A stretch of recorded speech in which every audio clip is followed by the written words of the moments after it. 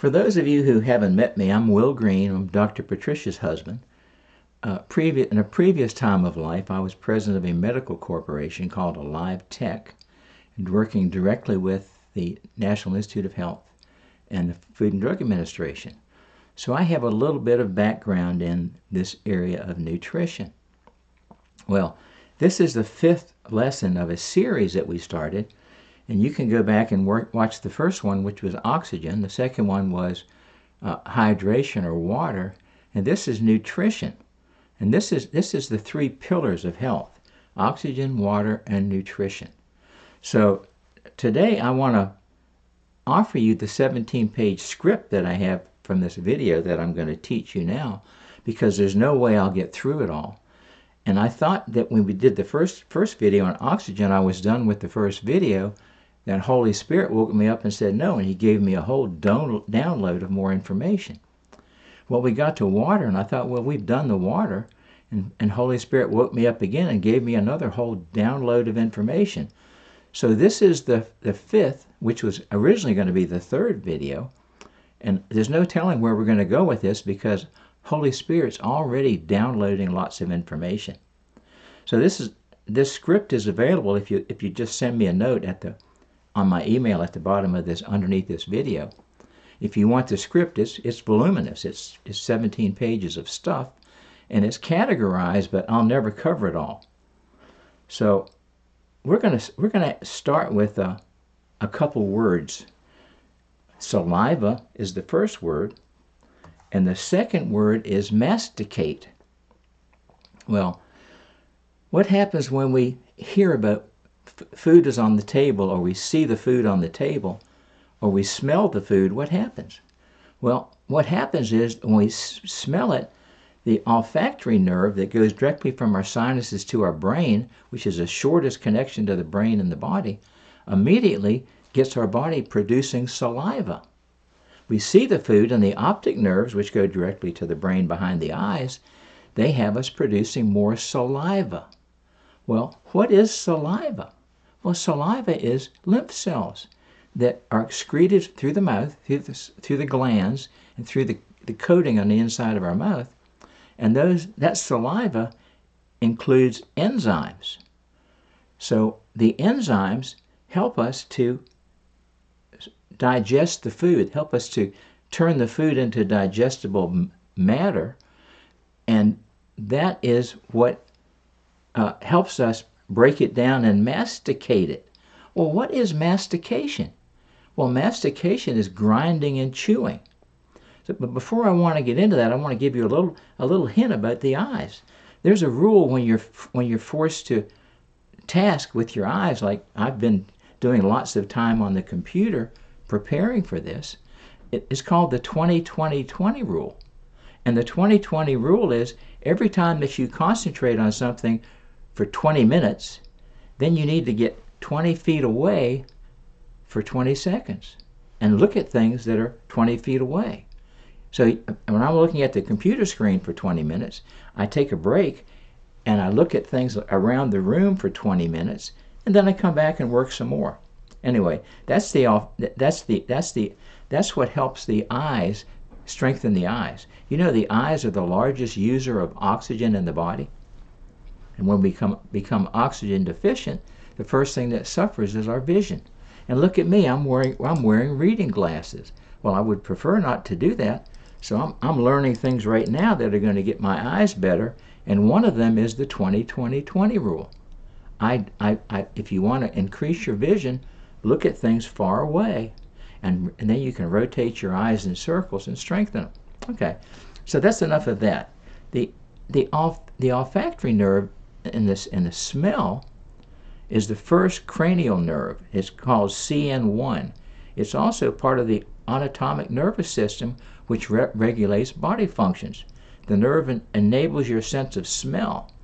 Now, if there's something that you don't like the taste of, there's some bitter nutritions that I've taken in the past that are liquid. You put them in your mouth and you almost gag because they're so potent. Well, what you do is you hold your nose and you cut off your sense of smell, and then you swallow them and trace them with something else to get rid of that taste out of your mouth. Well, smell has a lot to do with taste. So we like to taste our food, but if you're not getting enough air in your nasal passages, if you're not getting enough oxygen, you don't taste your food. So I have people, I'm working with people right now that have PTSD, and they've lost their sense of taste.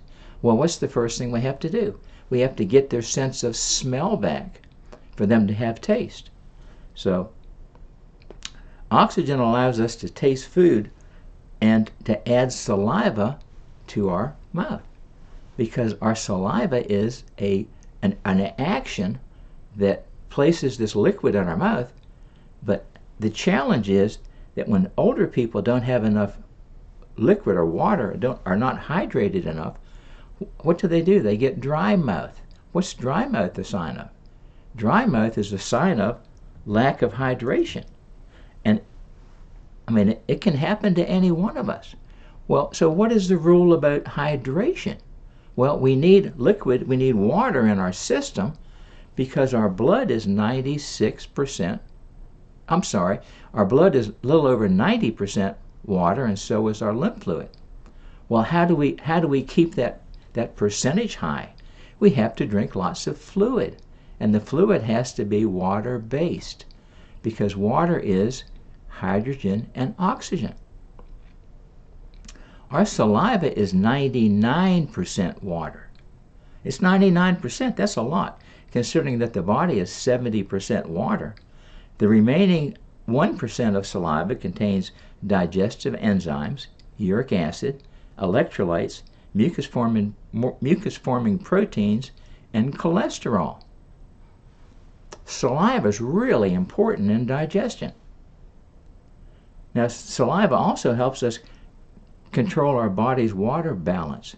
So when our saliva, we get dry mouth, it says to the body, you need water, you need water, you need water. Well, when we get older, and in the winter time especially, because the winter time, the heat in our house dries the atmosphere and makes us even drier. So what happens? We begin to dehydrate. When you dehydrate, what happens? Your face gets all wrinkly, and your arms and your neck gets all wrinkly, and you look like an old prune. Well, how do we fix that? We got to get more hydration. It's interesting that saliva protects our esophagus. Our esophagus is a part of the tube that goes into the stomach. So if we don't have enough saliva, guess what we get? We get sore throats. We get irritated throats. We think, oh, I'm sick, I've got a sore throat. Perhaps you're just low on saliva, and perhaps you just need more water. The DNA in saliva originates from the cells that are shed from the inner linings of the mouth and white blood cells. White blood cells are lymph cells. So what is this thing about mastication? Back in World War II, I had an uncle that was in the Navy. He was in the submarine service. And when some of the POWs were released and brought back to the States from that war in the Pacific with Japan, I heard stories from my uncle about these guys that were captives, and the food was sparse in those prison camps. And so the soldiers learned something. If they masticated their food between 25 and 50 times per bite, they got more nutrition from their food, and they were healthier. And the ones that were like me, I'm more like a wolf.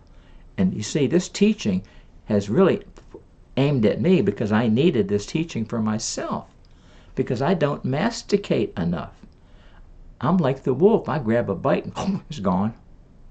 I don't give my saliva time to break it down. So mastication is the first step in digestion. Why? Because we masticate and we break the food down into what's called bolus. And what is bolus? Food that has been chewed and mixed in the mouth with saliva. Chewing helps reduce food particles to size readily swallowed. Saliva adds digestive enzymes, water, and mucus that help chemically to reduce food particles, hydrate them for taste, and lubricate them for easy swallowing. That's mastication. Mastication is really important. So I want to be known as the best masticator in my whole family, but I'm not. I'm the gobbler. I'm the wolf. I bite it and swallow it.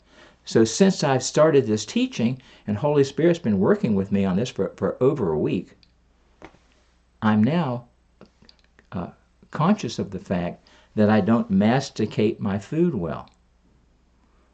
So there are 40 different kinds of nutrients in the food that we generally are classified into 7 food groups. So I'm going to start running through those with you. Carbohydrates, proteins, fats, vitamins, minerals, dietary fiber, and water. Now, we hear a lot about these areas of nutrition, and we don't necessarily understand them. What we don't understand, we don't get into our mind. We don't own that. So let's talk about them just a little bit. I want to cover carbohydrates first. They are any large group of organic compounds occurring in foods and living tissues, and including sugars, starch, and cellulose. They contain hydrogen and oxygen in the same ratio as water. What is the ratio of water?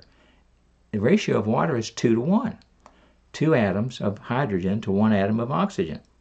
And typically can be broken down and release energy into the body. So we can break carbohydrates down and we can use them as energy. And various natural compounds of carbon, hydrogen, and oxygen, such as sugars, starches, and cellulose. So I just want to touch a little bit on sugars. There are 4 basic sugar groups: glucose, fructose, sucrose, and lactose. And what are those? Well, fructose is plant sugar. Glucose is a combination of, well, glucose is the one that we assimilate the best, that gives us the most energy. Sucrose is a combination of glucose and fructose, and we call that refined sugar. And then there's lactose, which is dairy sugars. Now, a lot of people are lactose intolerant because lactose is not easy to digest. Lactose is wonderful for cows. It's not good for people. So what can people drink instead of dairy milk? They can drink goat's milk. Goat's milk is really healthy for humans. Cow's milk is not healthy for humans. And I'm telling you that having grown up on a dairy farm. I learned how to pull teats when I was 5 years old, and I can still squeeze and pull, because I learned that when I was 5. That was 73 years ago, a long time ago. How about starches? You should avoid the following high starch content groups. Pasta. I love pasta. But where does pasta? What is the foundation of pasta? It's wheat. It's wheat. It's gluten, and gluten doesn't digest well for people. A lot of people are gluten intolerant. Well, so I stopped eating white flour almost a year ago, the first of this year. So what do I do in place of it? Well, I went to the store, and I found that if you go to the Asian food section, you can buy rice noodles, and rice noodles are rice and water. That's all they are. And there's no gluten in them. How about potatoes? White potatoes. Are they healthy? They're high starch. Now, we live in a culture that lives on potatoes, but they're high in starch. So would you eat a tobacco leaf? Probably not. Would you eat a tomato leaf? Probably not. Well, potatoes and tomatoes and eggplants and peppers are the same food family as tobacco. And you can take a tobacco plant and you can graft a tomato branch onto it, and you can graft a pepper branch onto it, and you can graft an eggplant onto it, and they'll all grow on that plant because they're the same food family. See, it's not about food families, it's about the food. So I think about hemp. I love hemp. Hemp is one of my favorite foods, hemp seeds. But hemp is the same food family as marijuana. Well, people think hemp is marijuana. It's not. It's just the same food family, the same way tomatoes and potatoes are the same food family as tobacco. White bread, well, I talked about that. White rice and corn. And white rice and corn and potato and white bread, white potatoes and corn are high starch. Now here's one I didn't know, but I understand it now. Bananas are a rich source of carbs, which occur mainly as starch in an unripe banana. But ripe bananas are high in sugar. Well, if you eat a banana and it's not ripe, it's not high in sugar. But if you eat it when it's ripe, guess what? It's full of sugar. How about cellulose? What is cellulose? Cellulose is the insoluble substance which is the main constituent of plant cell walls and vegetable fibers. It's the polysaccharide consisting of chains of glucose monomers. Well, this is the roughage. This is the roughage that we need to put into our colon to clean our colon out. And if you don't eat some roughage, you're going to find yourself constipated. Why do you get constipated? Well, constipation is a problem in the digestive tract because number one, there's not enough liquid, and number two, there's not enough roughage. Now, cellulose is insoluble, which means it can't be. It's not possible to dissolve it.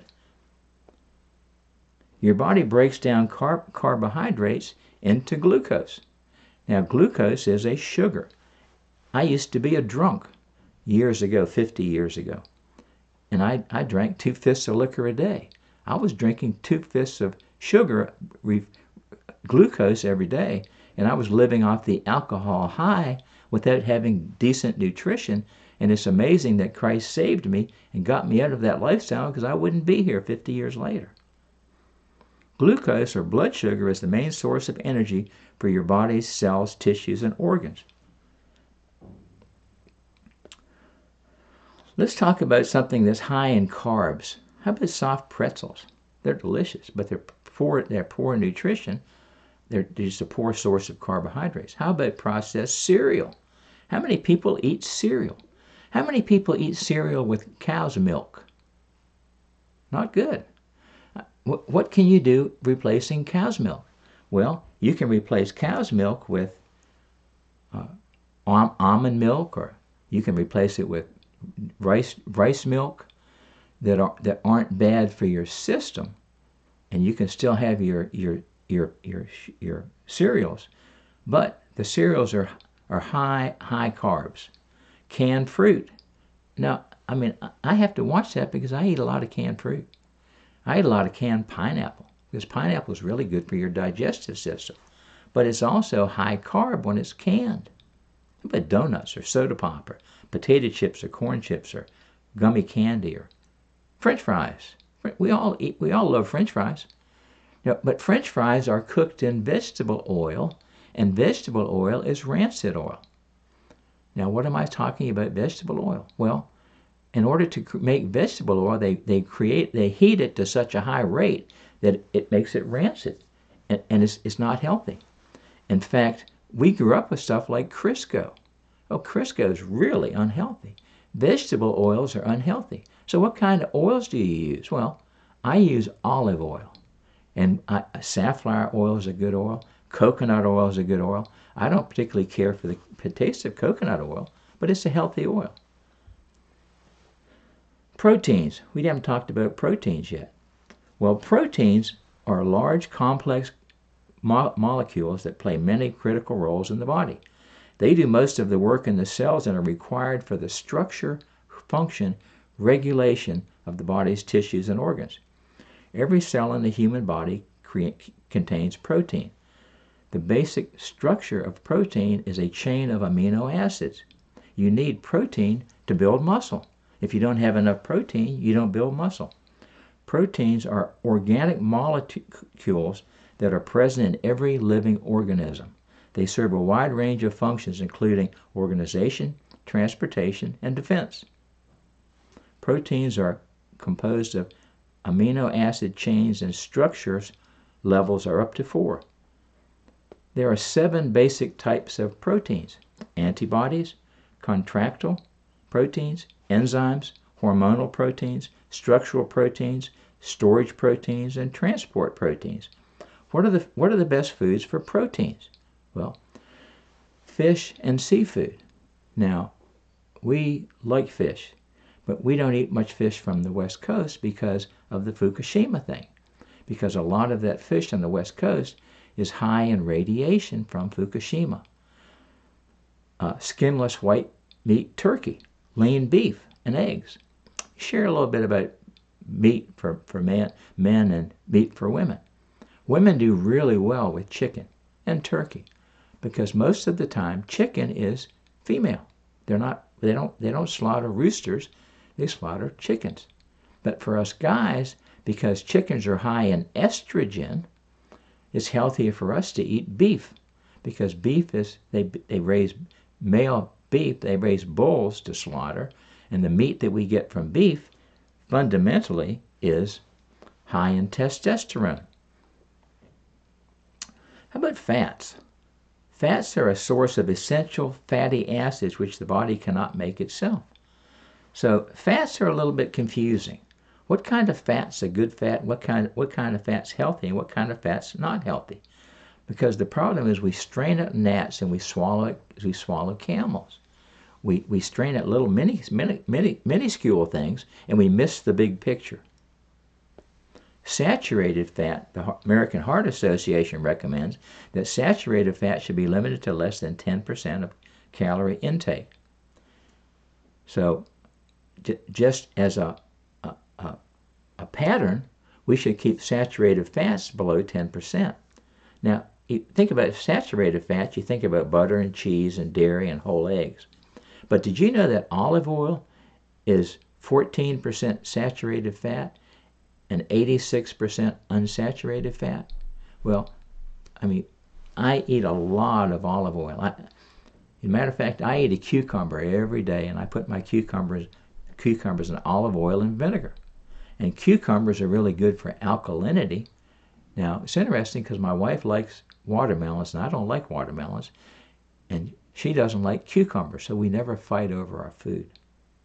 There are good unsaturated fats, monosaturated and polyunsaturated fats.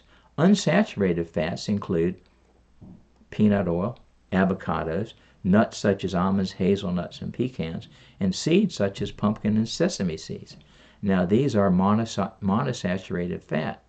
Polyunsaturated fats are potentially even better than monounsaturated. In one study, replacing foods in high saturated fat with polyunsaturated fat sources reduced the risk of heart disease by 19%.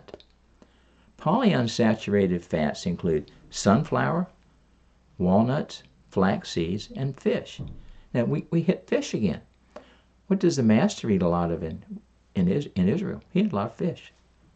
Some examples of foods that contain fats are butter, oil, meats, nuts, fish, and some dairy products. There are two forms.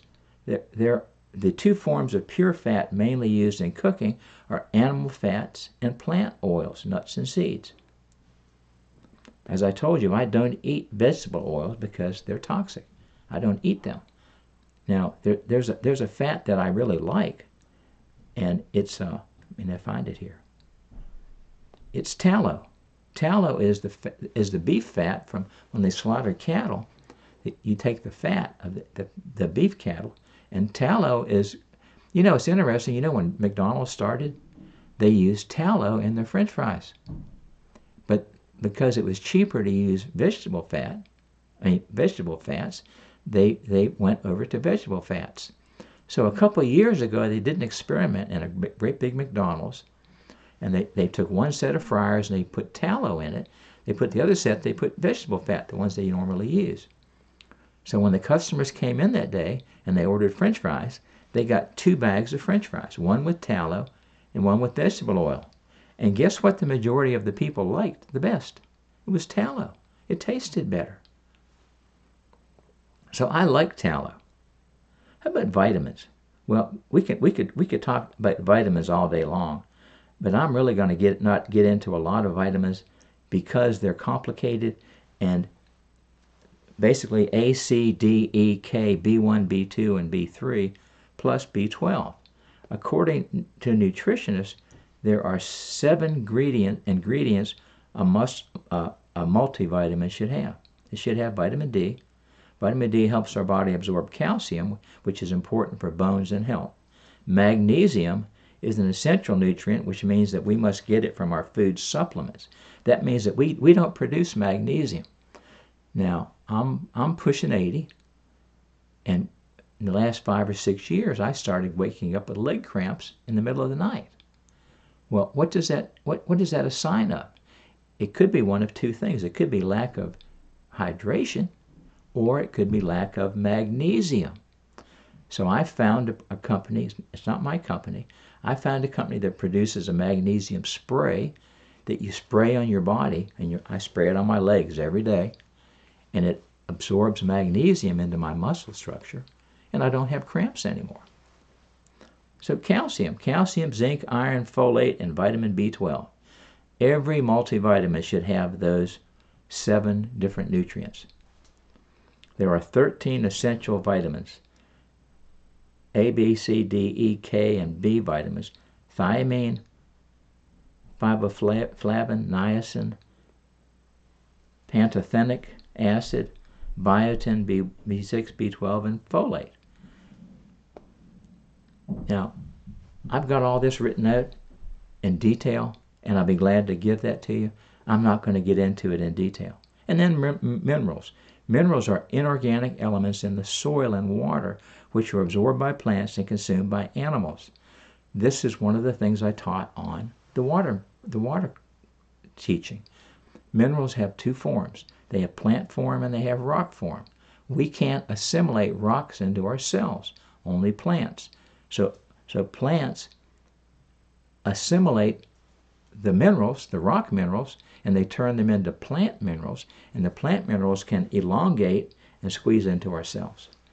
So I hope this is a basis for you, and I hope it's not too much, but I want you to have what I'm learning. I want to share with you, and I want you to have everything I've got.